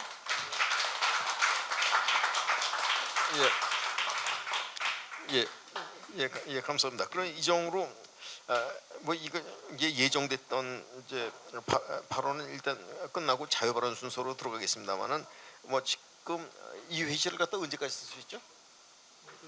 예, 8시까지 해서 여전히 바쁩니다. 여전히 바쁜 것 같습니다. 그래서 지금 여기 오신 분들이 뭐 이게 지정 발언 하나 안 들어가신 분들도 이거 말을 꺼내면 한이 없이 뭐 사연이 많으신 분들이 보니까 여러 분 계신데요. 그렇지만은 이거 사회자가 좀 판단해서 뭐 전기 작성하는데 가장 도움이 될 만한 우선순위가 높으신 분들을 갖다가 제가 좀 사회자가 독재를 하는 수밖에 없겠습니다. 그래서 여기 보면 우리 민주화 운동을 비롯해서 뭐 민가협이라든가 가족운동이라든가 모든 것을 갖다 다 챙겨주시고 이제 든든한 버팀목이 되주신 이제 윤순여 선생님 와 계신데요. 먼저 이렇게 말씀 좀 부탁드리겠습니다. 네. 그냥 그건 저희들이 다 녹취하겠습니다. 나중에. 안녕하세요. 윤순여, 천주교에서 수산나로 저는 많이 또 이렇게 부르고 있는데, 하여튼 며칠 전에 우리 사무총장님 계신가? 전화로 오늘 이 모임에 꼭 좀 와달라고. 그래서 저는 사실 서리한테 내가 몇 번 얘기를 했어요. 이런 박문숙과 김병권 동지의 이런 모임이 뭐 하여튼 생겼다고 그래서 내가 거길 들어가고 싶다 그랬어요. 그랬는데 연락이 안 오더라고. 김학민 선생이 너무 바빠서서 연락을 안 하더라고. 그래서 양혜경 씨를 얼마 전에 저 국회에서 하는 그 김대중 대통령이 하셨던 여성 정책에 대해서 얘기를 하는 날이 있었는데 그날 바로 옆에 양혜경 씨가 앉았어요. 그래서 내가 아니 당신 남편한테 내가 몇 번 이렇게 연결을 했는데 그런 얘기를 하면서 집에 가서 꼭 얘기를 하라고, 내가 여길 들어가야 된다고, 그런 얘기를 했는데 마침 우리 사무총장님이 전화를 주셔서 너무 반가웠고요. 이렇게 감사합니다. 네네. 이제 그렇게 얘기를 하는 이유가 마지막에 임종을 제가 4월 2일 날 하는 그 기억과 더불어서 오늘 우리 명자 뭐라고 불러야 되냐, 명자 동생 하여튼 너무 아주 그냥 진술을 얘기를 해준 것 같아. 아주 요점을 잘 아주 요약을 해서 내가 더 이상 거기에 대해서 더 붙일 게 없는데, 나와의 이제 있었던 일화에 대한 건 또 나와 문숙이만 아는 일들이니까 그런 것만 몇 가지 말씀을 드리겠습니다. 저는 여러분 뭐 여기 다 많이 아시는 분들이 있지만 1960년대 천주교에서 가톨릭 노동 청년의 JOC 운동이라고 이제 노동 청년의 운동이 있었습니다.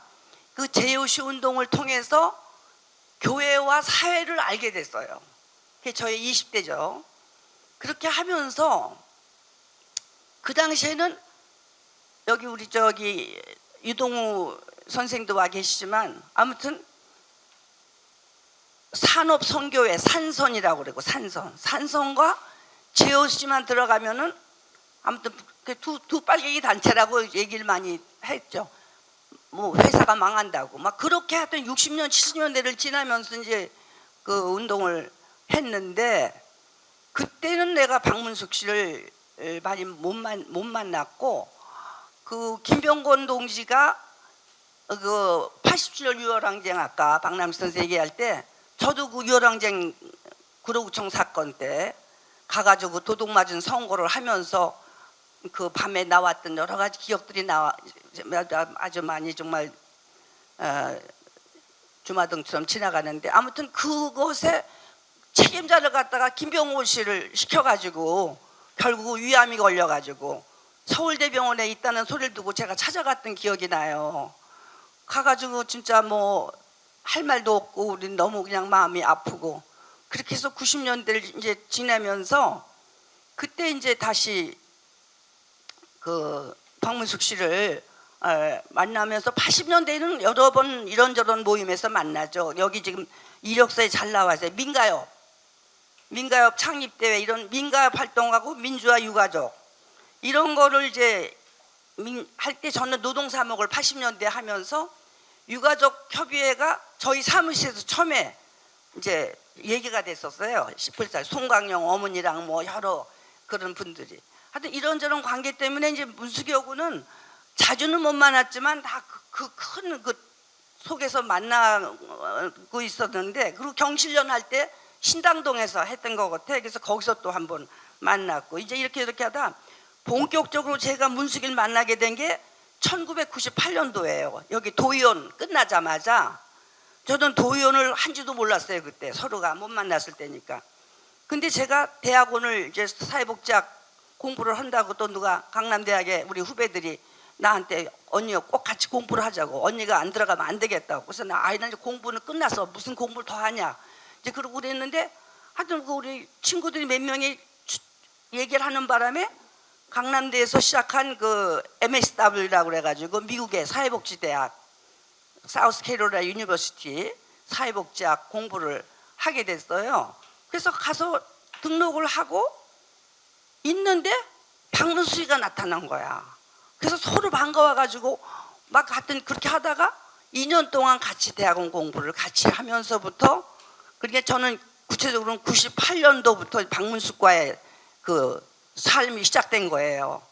근데 그냥 그 문숙이는 차가 있으니까 항상 내가 여성 평화의 샘을 이제 98년도에 시작해. 저도 엄청 뭐 이것저것 노동 문제 무슨 뭐 여성 문제 등등 정대현 문제 하여튼 하면서 70년 80년 90년을 지내면서 98년도에 평화샘을 만들어서 지금도 이제 거기 대표를 하고 있지만은 성폭력 피해자들 그다음에 시설 이렇게 같이 이렇게 하고 있습니다. 그런데 98년에 그걸 시작하자마자 이 공부를 또 하게 된 거예요. 이제 저녁에 가서 공부를 하는 건데 그래도 참 고마운 게 박문숙이가 차가 있는 바람에 날 태워가지고 그 하여튼 저녁에 가서 저기 어디야 하여튼 학교도 어디 하여튼 그렇게 공부를 했어요. 공부를 해가지고 2000년도에 미국에 가가지고 이제 또 그 우리 석사를 했으니까 그래서 가서 졸업을 하고 이제 이러는 동안에 거의 뭐 진짜 붙어 살다시피 했어요. 그냥 오면은 항상 차에다 가자고. 그리고 항상 저를 부르는 단어는 선배님이야. 항상 선배님. 그래서 정말 이 바람에 저는 너무 그 공부하는 것도 재미있었고 또 나이 먹은 사람들이 하는 공부들이었기 때문에 더 좋았고 이제 그러면서 하나하나 이제 문수희가 하는 일이 뭔지를 알게 됐는데 여기 와 보니까 제가 모르는 일도 너무 많이 하는 거예요. 이력서에. 전 진짜 여기 있는 것 중에서 뭐 투명성 뭐 이런 거는 오늘 와서 처음 봤고 농어촌 공사는 제가 알았어요. 그랬는데 정말 저를 그냥 차에다가 그냥 박문숙 차 타고 안 다닌 데 없이 다녔어요. 그냥 뭐 완도로 보길도 청산도로 그냥 시작을 해가지고는 그러고는 맨날 그 양평에 있는 이철 씨하고 장영달 씨네 집에 등등 그렇게 많이 여기저기 하여튼 사람들을 만나게 해주는 바람에 많은 분들을 만나게 다니면서 제가 하면서 특히 마지막 그 포천에 집을 시골 집을 하나 또 봤다고 뭐가 있으면 꼭 나한테 가재. 그럼 가보면은 서울에 있는 이삿짐이 많으니까 책이 많더라고. 그 책을 이제 그 포천에 있는 그 양계장 하는 옆에다가 방을 얻었는데 얼마나 파리가 많고 그냥 정신이 없어서 거기를 또 이사를 두 군데를 다니고 가는 데마다 제가 다 증인이에요. 마지막에 문숙의 정말 2014년까지의 그거는 아주 제가 많이 쫓아다니면서 봤고 그리고 2000에 만든 민주화운동 5.18 묘지가 서울에도 이천에도 하나 있잖아요. 그 2000에 만들 때 그냥 그때 유가족 협의회가 두 쪽에 나가지고 엄청난 많은 이야기들이 있고 결과적으로 2000에 만들었다며 그때 또 2000에 저기가 바로 서울에서 여기서 만들어질 그때 김문수 씨가 도지사 할 때고 그래서 그걸 또 만든다는 그런 얘기를 하면서 문숙이는 거기에 대한 게 이제 여러 가지 또 의견이 달랐죠. 그래서 하여튼 참 이렇게 저렇게 하는 거를 다 다니면서 보면서 열심히 일했어요. 진짜 내가 봐도 너무나 많은 이렇게 여성가족대단의 이사회 녹색 환경 이거는 제가 알았어요. 정선순이하고 같이 몰려다니면서 하는 걸 봐가지고 알고 그 마지막에까지 하면서 했는데도 저한테는 유방암 걸렸대 소리를 안 했어. 몰랐어. 끝까지 몰랐어. 그래서 2013년 10월 9일이 제 생일인데 전화가 왔어요. 오후에 선배님 오늘 선배님 생일이잖아요. 그래서 내가 생일인지 또 어떻게 아냐 그랬더니 저는 알죠. 그래가지고 광화문에서 만나가 저녁 식사를 저를 사준 게 저희가 살아생전에 마지막 본 거예요. 그랬는데 그때 머리에다가 가발 같은 걸 쓰고 온 거거든 내 느낌에. 그래서 내가 그랬어. 왜 가발을 썼어? 그랬더니 선배님도 옛날 60년 70년대 가발 쓰고 다니셨잖아요. 그래. 내가 썼다는 말에 난 또 쑥 들어가가지고 걔가 왜 썼느냐를 두 번 다시 묻지도 않았어. 이렇게 단순한 거 같아 내가. 그래서 그래 그렇구나. 그러고선 저녁을 먹고 이제 헤어졌는데 그 다음에 그냥 10월 11월 12월 되니까 사람들이 다들 그냥 도대체 박문숙이 어디 갔냐고 찾는 거를 여러 사람이 전화를 오는 거예요. 그래서 난 저기 우리 신우님도 와 계시지만 내가 거기다 전화까지 해가지고 도대체 찾아야 되지 않냐고. 그래서 막 4월 달도 찾아 나서자고 막 그런 때 바로 이렇게 문수희가 가게 된 걸 다시 한번 말씀을 드리게 되고 그래서 저한테 전화 주셨잖아요. 고모가 이렇게 그래가지고 그냥 가슴에 그냥 뚝 떨어지는 진짜 정말 기가 막힌 그 마음의 체험을 하고 영동 세브란스 가보니까 세상에 5개월 전에 본 얼굴은 어디로 갔는지 그냥 완전히 딴 얼굴이야. 진짜 정말 딴 얼굴이야. 그래서 내가 아 이게 웬일인가 싶고 내가 할 거는 죽음 준비, 임종 준비를 시켜야 되겠다 싶어서 또 함세웅 신부님을 또 찾았죠. 그래서 함세웅 신부님한테 신부님 무조건 지금 박문숙 씨가 이 병원에 있으니까 준비해가지고 오시라고. 신부님이 오후에 한 서너 시경에 오셨던 게 오셔가지고 뭐 사람도 다 못 알아볼 때니까. 그래서 마저 임종 준비를 하고 그러고서 이제 그날 저녁에 저 시진이하고 은희하고 같이 이렇게 임종을 이제 할 때 하여튼 그냥 제가 하여튼 이게 마지막에 귀에다 대고 애들 좀 조용히 시켜놓고 마지막에 이렇게 성가도 틀어주고 이제 그렇게 하면서 그 다음날 이제 장사를 하는 동안에 그 영동 서비런스 병원에 신베로니카 수녀님인데 수녀님이 갑자기 나타나시는 거예요. 그래서 내가 어머 수녀님이니까 그이는 날 보고 놀래고 나는 그걸 보고 아니 어떻게 3월 한 달 내내 이렇게 사람이 하나도 없었다는 거야. 그래서 자기가 봐도 딸들이 같이 어머니하고 이렇게 하는데 아니 여기 원문과에 자기는 수녀인데 가끔씩 그 방에 가보셨나 봐요. 그랬는데 세상에 그 다음날 4월 2일 날 돌아가고 나서 그 다음 3일 날들은 사람이 이렇게 많이 오니까 수녀님이 놀래가지고는 박문숙 씨 영세받은 교리를 영세받은 문서를 수녀님이 찾았어. 마르티나라는 본명을. 나는 영세받았다는 얘기는 들었도 뭐 나가는지 안 나가는지에 대한 걸 별로 또 얘기를 안 했기 때문에 그랬더니 수원교구다 연락을 해가지고 그 평촌인가 어디 살 때 영세받았나 봐. 그래가지고 그래서 맨 처음에는 그 성모병 저기 영동 세브란스 병원에 박문숙 거기다가 그게 없더니 나중에는 그 수녀님이 거기 원문과에 계셔서 박문숙 마르티나라고 해가지고 이렇게 천주교식으로 해가지고 그래서 이제 함세웅 신부님이 임종을 해주시고 갔다가 그 다음날 오후에 오셔서 5시에 거기서 미사를 같이 했잖아요. 성당 거기 성당이 없으니까 아무도 철야가 병원에서 그렇게 해서 하여튼 마지막에 문숙이를 이렇게 여기 보내면서 하여튼 지금 여러 가지 얘기는 다 그냥 지우고 정말 마지막에는 그 본인이 얼마나 고민을 했겠어요. 민기사에서 끝나가지고 그 서울에도 살래니 또 집값은 비싸고 그러니까는 이제 포천에다가 집을 하나 산 것도 아니고 얻어가지고 이리저리 옮겨 다닐 때마다 내가 가서 봤던 기억이 나고 하여튼 이러저런 거를 정말 말은 별일 안 하는 사람이에요. 말이 이렇게 자분자분하는 성격이 아닌데 또 불구하고 아까도 여기 좀 얘기지만 정말로 나는 정치할 사람 중에는 박문숙이가 첫 번째예요. 정무적 감각이 대단하고요. 참 나는 이 박문숙 씨가 안타까운 부분은 제도 정치권에 들어가서 일하면은 너무너무 일을 잘할 사람이었었어요. 예, 입이 무겁고 정말로 이런 사람은 그리고 박문숙이 아까 얘기 잘했듯이 그 남자들이 하는 일에 대해서 탐탁지 않게 생각하는 게 너무나 많았어요.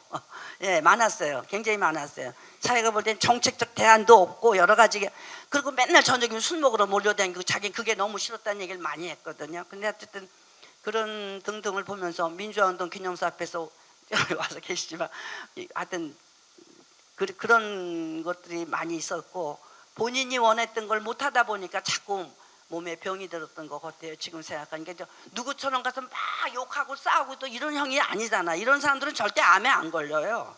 예.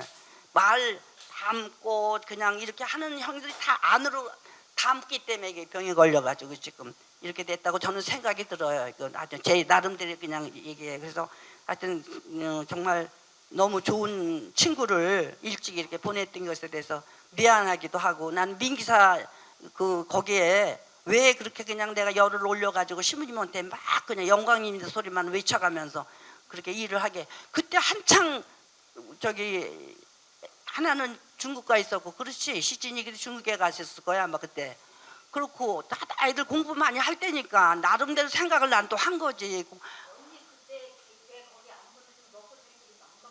그러니까 나는 그건 모르지만 야단쳐 막 그랬지 도대체 너 이렇게 살면 안 돼. 네가 무슨 정치를 금방 헌대고 그럼 김근대 찾아가서 얼른 뭐 너 하게 만들어 달라고 그러든지 무슨 방법을 써야지 어떻게 하면 좋으니까 점잖해가지고 말도 못하고 이제 그래서 여기 그냥 들어가서 넌 진짜 해야 된다.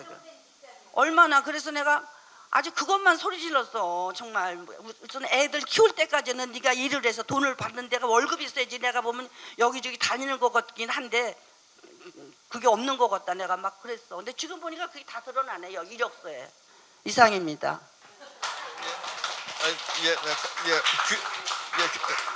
귀중한 말씀 너무 감사합니다. 그래도 아직 그 민주운동 기념사업회에서 대한 그 원망도 상당히 여러분들이 많이 하셨는데 보니까 여기 현직 민주운동 기념사업회 에서 근무하시는 유동호 선생님이 현직으로 계시네요. 그래서 유 선생님 그 많이 추억이 있으시죠? 우리 김병건 선배님하고 뭐 아365를 이렇게 같이 다니셨던 분이니까 그중에서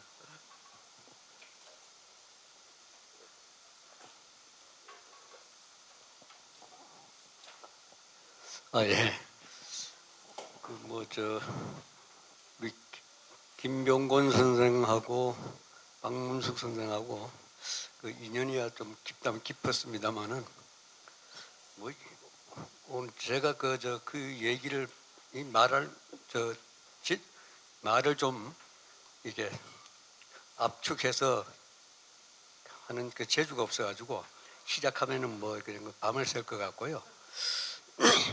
어쨌든 그 박문숙 선생은 같은 영주입니다. 저하고 고향이. 예. 그리고 김병곤 선생은 사실 내가 그 장가 못 간다고 그 유동우 결혼추진위원회 위원장이었죠. 실제. 그래서 그 위원 중에 열심히 또 활동한 우리 이목희 의원이 있습니다. 같이 나를 장가 보내주겠다고 위원장을 맡아놓고 감옥에 들어갔어요. 그때 통일방직 사건으로. 그래서 면회를 가가지고 따졌죠. 왜 위원장을 맡아가지고 감옥에 들어가면 나 장가 안 보낼 거냐. 예, 그렇게 또 감옥 안에서도 다 해가지고 또 우리 이목희 의원을 통해서 또 다 결혼을 할 수 있도록 그걸 다 주선했던. 그리고 그 박문숙 선생은 그렇게 그 김병곤 선생처럼 긴밀하게 같이 일을 하거나 이렇게 활동을 하고 그러지는 못했습니다만은 어쨌든 구로구청 사건으로 김병곤 선생하고 나하고 이제 같이 들어갔을 때 우리 박남시 선생 부군하고 전부 같이 들어갔을 때 집사람하고 집사람이 그래요. 그때 박문숙 선생하고 박남식 선생하고 두 분이 했다고 사실상 자기 이름은 올렸지만은 그 뒷바라지를 집사람이 저를 만난 이후에 한 번도 단 하루도 자기 이게 편하려고 논 적이 없습니다. 남의 집에 가사 노동을 가든 뭘 하든 끊임없이 일을 했어야 먹고 살 지경이 돼가지고. 근데 어쨌든 나오니까 근데 참 죄스러운 거는 제가 김병건 선생이 내 결혼 추진위원장을 맡았지만 사실상 그때 어떤 사정인지 몰라도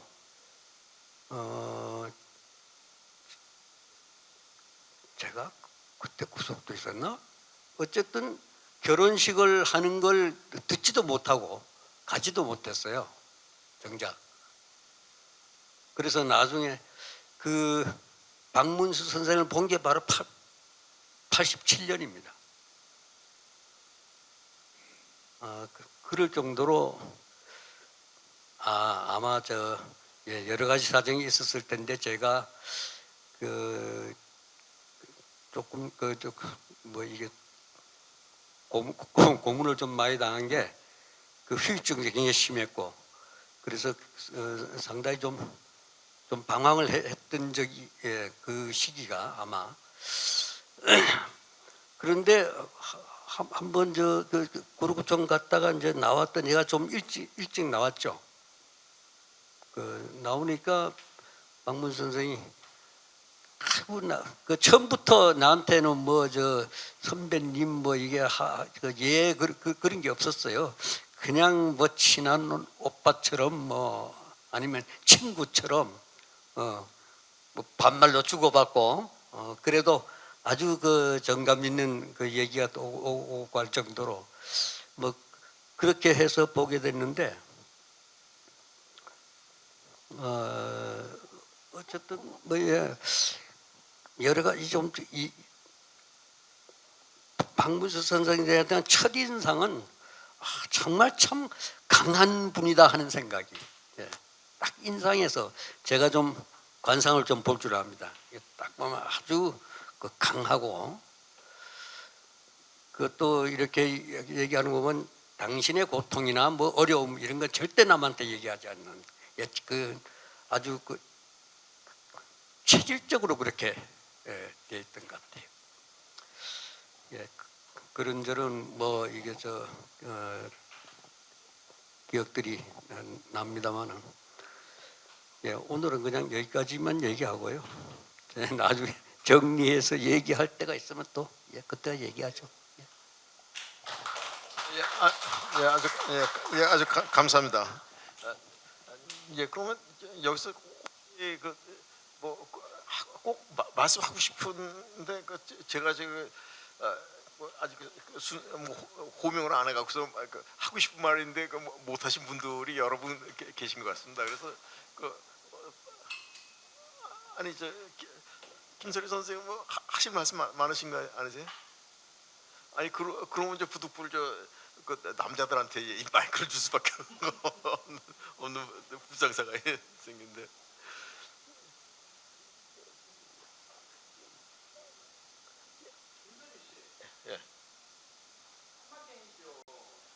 아니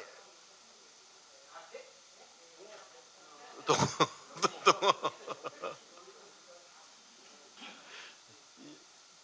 그럼 좀 약간 그럼 약간 엉뚱하지만은 그러면 혹시 먼 발치에서 지켜보실 것 같은 분들이 뒤에 계신데 뒤에 그 연성만 선생 와 계신데 연성만 선생님도 뭐 같은 제비로서 그 민청년 많이 왔다 갔다 했을 테니까는 그때 듣고 보고 한 그 얘기 좀 소개하실 거 있으면 부탁드립니다.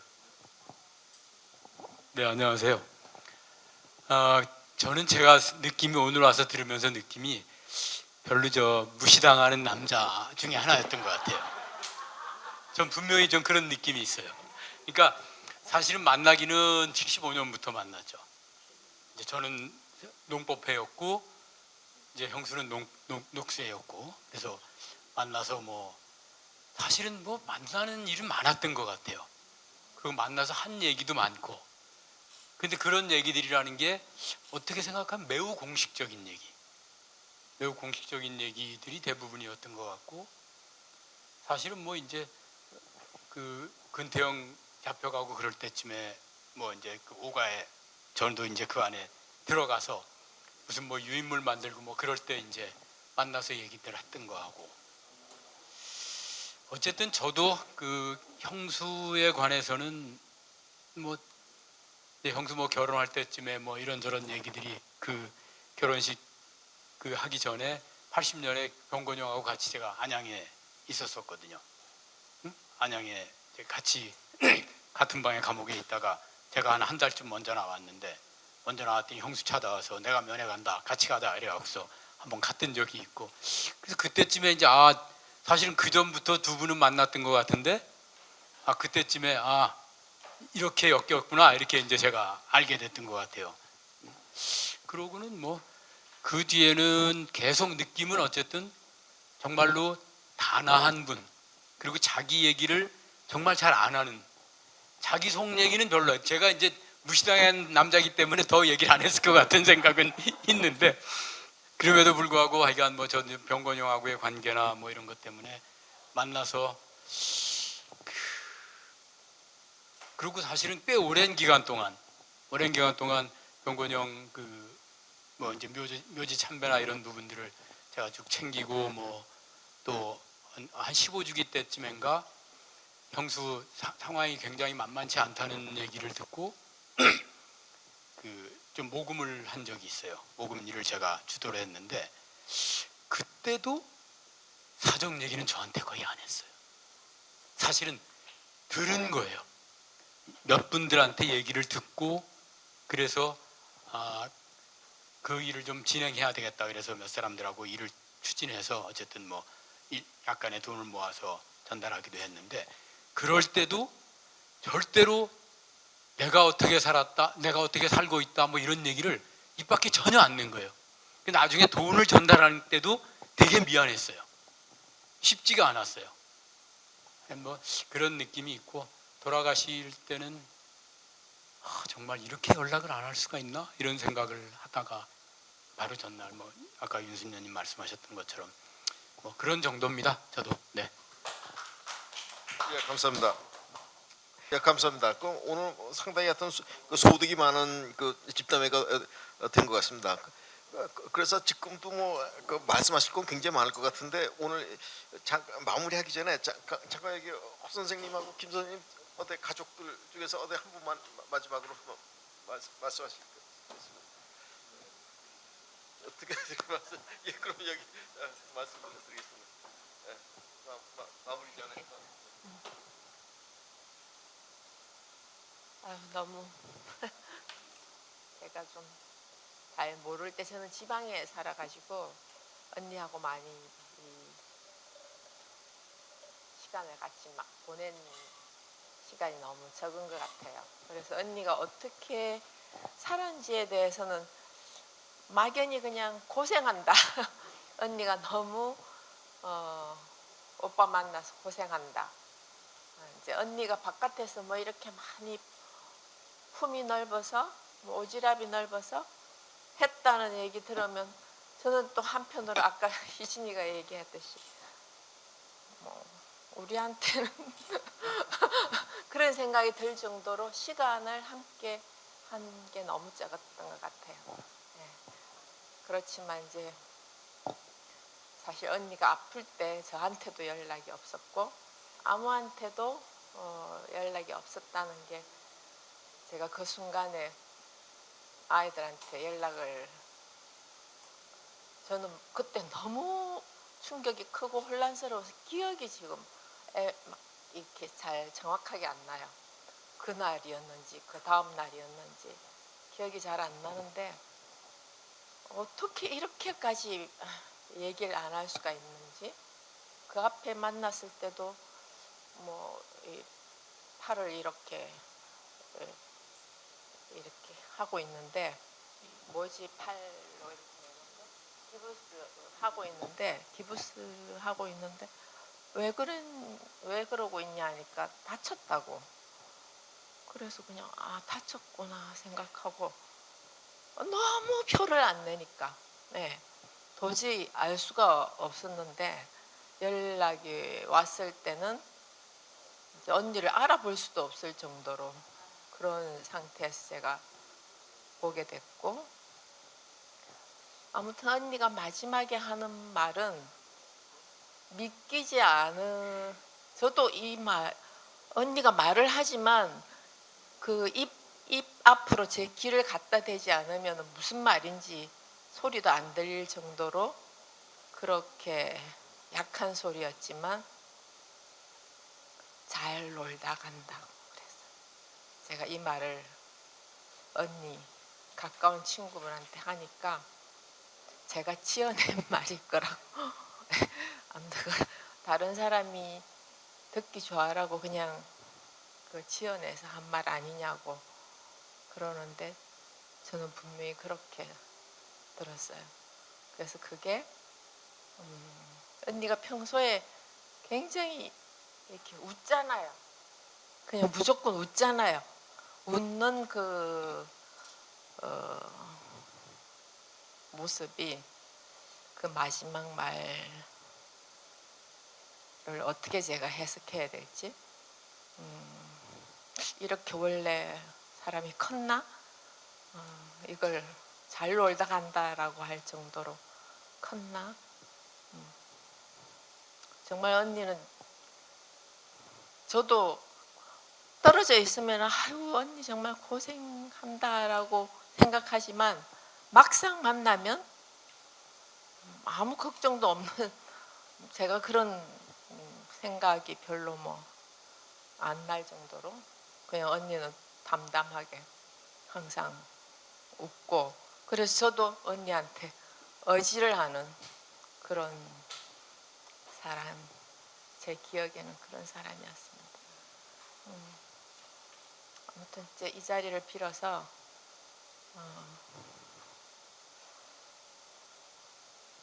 아이들이 너무 힘들었죠. 그 모든 걸 감당하기 어려웠는데 저는 사실 아무 도움이 안 되더라고요.